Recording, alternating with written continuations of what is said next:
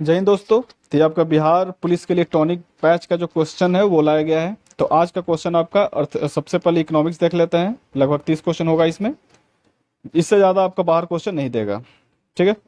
तो पहला सवाल आपका है कि कौन सा बैंक पहले इंपीरियल बैंक ऑफ इंडिया के नाम से जाना जाता था। इंपीरियल बैंक ऑफ इंडिया, तो सबको पता है कि पहले ये जाना जाता था आपका एसबीआई। ठीक है, किस बैंक के नाम से जाना जाता था? एसबीआई। आप लोग कमेंट बॉक्स में ये बताइए कि एसबीआई का राष्ट्रीयकरण कब हुआ था। ठीक है। नेक्स्ट है, नाबार्ड का फुल फॉर्म क्या होता है? ठीक है, नाबार्ड का फुल फॉर्म, तो नाबार्ड का फुल फॉर्म होता है national bank for agriculture and rural development programme. Option number D. इसकी अगर स्थापना की बात की जाए नाबार्ड की, ये हमेशा पूछता है एग्जाम में कि नाबार्ड का स्थापना कब हुआ, तो ये आपका हुआ था 12 जुलाई 1982 को हुआ था। ठीक है, 12 जुलाई 1982। तीसरा नंबर है, द्वितीय पंचवर्षीय योजना आधारित है। जो दूसरा पंचवर्षीय योजना आधारित है किस मॉडल पे है? ये आपका महालोनोबिस मॉडल पे है। ठीक है, और ये कब से कब तक थी? तो 1956 से 61, 1956 से 61। नेक्स्ट है 4 नंबर, मुक्त व्यापार का अभिप्राय है। मुक्त व्यापार, ठीक है, मुफ्त नहीं, मुक्त व्यापार, तो इसका अभिप्राय है क्या? कि एक देश से दूसरे देश को माल का मुक्त का संचालन करना। ठीक है, तो ऑप्शन नंबर ए ही इसका करेक्ट आंसर है। पांचवा है, सकल घरेलू उत्पाद मूल्य क्या है, यानी कि जीडीपी। ठीक है, सकल घरेलू उत्पाद का मूल्य क्या है? तो जीडीपी का मतलब क्या होता है कि एक वर्ष में किसी अर्थव्यवस्था में उत्पादित सभी अंतिम वस्तुओं एवं सेवा, यानी ना तो मध्य में जो बोल सकते हैं कैसे, जैसे कोई वस्तु बनाने में आपको 100 रुपया का लागत आता है, तो इस 100 रुपया डायरेक्ट थोड़े ना आएगा। इसमें आपका खेती का जुटेगा, कुछ सामान खाद डालेगा उसका जुटेगा, तो ये सब आपका नहीं, बल्कि किसका, जब वो अंतिम रूप से जब फाइनल प्रोडक्ट आपका निकलेगा तो उस फॉर्म में। तो ऑप्शन नंबर सी इसका करेक्ट आंसर है। 6 है, भारत में पंचवर्षीय योजना का प्रारूप का अनुमोदन किया जाता है। भारत में पंचवर्षीय योजना का प्रारूप का अनुमोदन किया जाता था किससे? तो राष्ट्रीय विकास परिषद द्वारा, राष्ट्रीय विकास परिषद के द्वारा। 7वां है, मुद्रा के अवमूल्यन का परिणाम होता है। मुद्रा के अवमूल्यन, अब मतलब कमना। ठीक है, तो इसका परिणाम क्या होता है? कि निर्यात में वृद्धि और भुगतान संतुलन में सुधार। ऑप्शन नंबर एक इसका करेक्ट आंसर है। 8 नंबर क्वेश्चन बोल रहा है क्या कि सार्वजनिक क्षेत्र में विनिवेश को कहते हैं। विनिवेश को क्या बोलते हैं? ठीक है, विनिवेश। ऑप्शन देख लेते हैं क्या है इसका। तो विनिवेश को कहा जाता आपका क्या?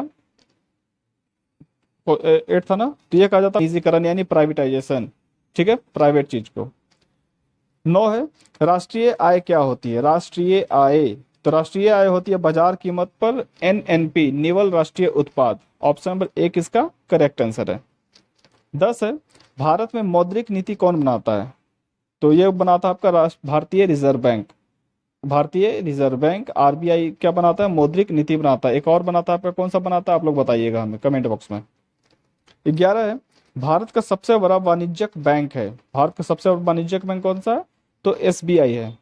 एसबीआई, आप लोग कमेंट में बताइए इसका स्थापना कब हुआ था, राष्ट्रीयकरण कब हुआ था। 12 है, मुद्रास्फीति किस कारण से होती है? मुद्रास्फीति किस कारण से होती है? तो मुद्रास्फीति में वृद्धि, यानी जितना ज्यादा पैसा मिलेगा उतना ज्यादा क्या होगा? मुद्रास्फीति आएगी। ठीक है। 13 है, घर्षणात्मक बेरोजगारी का कारण क्या है? घर्षणात्मक, ठीक है, तो इसका है अल्पकालीन बेरोजगारी। घर्षणात्मक यानी अल्पकालीन। मान लीजिए जैसे एग्जांपल के तौर पे, जैसे बीच में चॉकलेट की कंपनी थी कोई, बीच में कोई 2 दिन छुट्टी आ गया, तो जो 2 दिन का नो वर्क नो पेमेंट, यानी थोड़े समय के लिए बेरोजगारी को क्या बोलते हैं? घर्षणात्मक बेरोजगारी। तो ऑप्शन नंबर डी इसका करेक्ट आंसर है। 14 है, डब्ल्यूटीओ का पुराना नाम क्या है? डब्ल्यूटीओ का पुराना नाम, तो इसका पुराना नाम है गेट। इसका पुराना नाम क्या है? गेट है।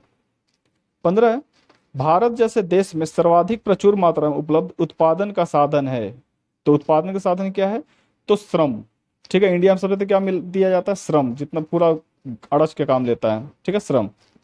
16 है, सार्वजनिक या निजी क्षेत्र का वर्गीकरण इस आधार पर किया जाता है। सार्वजनिक या निजीकरण, तो यह किया जाता है स्वामित्व, यानी कि जो उसका मालिकाना हक, किसके पास मालिकाना हक है। ठीक है। 17 है, किस अवधि को योजना अवकाश कहा जाता है? योजना अवकाश, तो ये कहा जाता है 1969 से 69। ऑप्शन नंबर बी इसका करेक्ट आंसर है। योजना अवकाश, बीच में क्या हुआ था? गैप हुआ था पंचवर्षीय योजना के लिए। नेक्स्ट 18 नंबर, भारत के ग्रामीण क्षेत्रों में किस प्रकार की बेरोजगारी पाई जाती है? ग्रामीण क्षेत्र यानी गांव मोहल्ला में, तो गांव मोहल्ला में किस टाइप की बेरोजगारी? तो तो मौसमी भी होती है, यानी कि मान लीजिए अभी फसल बोया तो ठीक है, नहीं तो फिर बैठे रहो, या फिर प्रचंड बेरोजगारी। ऑप्शन नंबर सी, ए और बी दोनों करेक्ट है इसका। नेक्स्ट है 19, किस भारतीय योजना का उद्देश्य है तीव्र, अधिक समावेशी और सतत वृद्धि? ठीक है, तो ये है आपका 12वीं पंचवर्षीय योजना, 12वीं पंचवर्षीय योजना। ऑप्शन नंबर सी इसका करेक्ट आंसर है। 20 है, महात्मा गांधी राष्ट्रीय ग्रामीण रोजगार योजना गारंटी अधिनियम मनरेगा के तहत कितने दिन का रोजगार प्रदान किया जाता है? तो ये किया जाता है 100 दिन के लिए, मनरेगा के तहत 100 दिन के लिए। ऑप्शन नंबर एक इसका करेक्ट आंसर है। 21 है, वैश्वीकरण का अर्थ क्या है? वैश्वीकरण का अर्थ तो यह है एक अधिकृत विश्व बाजार का विकास, एकीकृत विश्व बाजार का विकास। ऑप्शन नंबर बी इसका करेक्ट आंसर है। 22 है, निम्न में से कौन सा मुद्रा का प्राथमिक कार्य है? मुद्रा का प्राथमिक कार्य यानी कि जो पैसा आएगा उसका पहला काम क्या है? तो मूल्य का माप, यानी कितने रुपया का नोट है, एक सिक्का है, वो सब उसका माप करेगा पहले, उसके हिसाब से लेन देन होगा। 23 है, बेरोजगारी व मुद्रास्फीति की संयुक्त घटना कहलाती है। बेरोजगारी व मुद्रास्फीति की संयुक्त घटना क्या कहलाती है? तो स्टैगफ्लेशन। स्टैगफ्लेशन डिटेल के लिए कभी नोट लाएंगे तो उसमें बतला दिया जाएगा, स्टैगफ्लेशन कहा जाता है। 24 है, श्वेत क्रांति निम्नलिखित में से किसके अधिक उत्पादन से संबंधित है? श्वेत क्रांति, श्वेत कैसा श्वेत मतलब सफेद यानी कि उजला, ठीक है, तो दूध क्रांति से। Option number C. 25 है, नाबार्ड का नाम क्या है? नाबार्ड का नाम तो यह कृषि की सहायता के लिए विशिष्ट बैंक, यह कोई बैंक नहीं है नाबार्ड, यह कृषि के क्षेत्र के लिए सहायता के लिए क्या है? एक बैंक है, विशिष्ट बैंक, लेकिन यह बैंक नहीं है आपका नाबार्ड। नेक्स्ट है 26, निम्न में से उसकी पहचान करें जो रिजर्व बैंक का काम नहीं है, यानी जो आरबीआई काम नहीं करती है। तो क्या नहीं करती है? जनता के जमा को ब्याज देती है, यानी जनता से कोई मतलब ही नहीं है आरबीआई का, ठीक है, बस मौद्रिक नीति आपको बना देगा कैसे इसे होगा, बाकी इसका कोई काम धंधा नहीं है, बस अपने बाकी बैंकों को ये देख रेख करेगा अपने नीचे। 27 है, एनएसडीएल का पूरा नाम क्या है? एनएसडीएल का तो इसका पूरा नाम है national secretaries development limited. Option number एक इसका करेक्ट आंसर है। 28, विश्व बैंक का दूसरा नाम, वर्ल्ड बैंक का दूसरा नाम क्या है? ये आपका क्वेश्चन सबसे इंपॉर्टेंट बोल सकते हैं, ये पूछा हुआ क्वेश्चन है कि विश्व बैंक का दूसरा नाम क्या है? तो आरबीआरडी, ठीक है, आईबीआरडी इसका नाम है। ऑप्शन नंबर सी इसका करेक्ट आंसर है।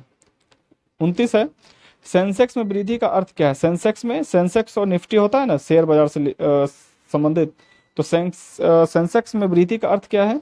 तो इसका अर्थ है मुंबई स्टॉक एक्सचेंज में पंजीकृत कंपनी के समूह के शेयरों के दाम में वृद्धि, ठीक है, वृद्धि मतलब वृद्धि हो जाएगा। ऑप्शन ए इसका करेक्ट आंसर है। और एक अंतिम सवाल है आज का कि निम्न में से कौन सा प्रत्यक्ष कर का उदाहरण नहीं है? तो कौन सा नहीं है? तो जीएसटी, ठीक है, वस्तु एवं सेवा कर जो है आपका प्रत्यक्ष कर का उदाहरण नहीं है।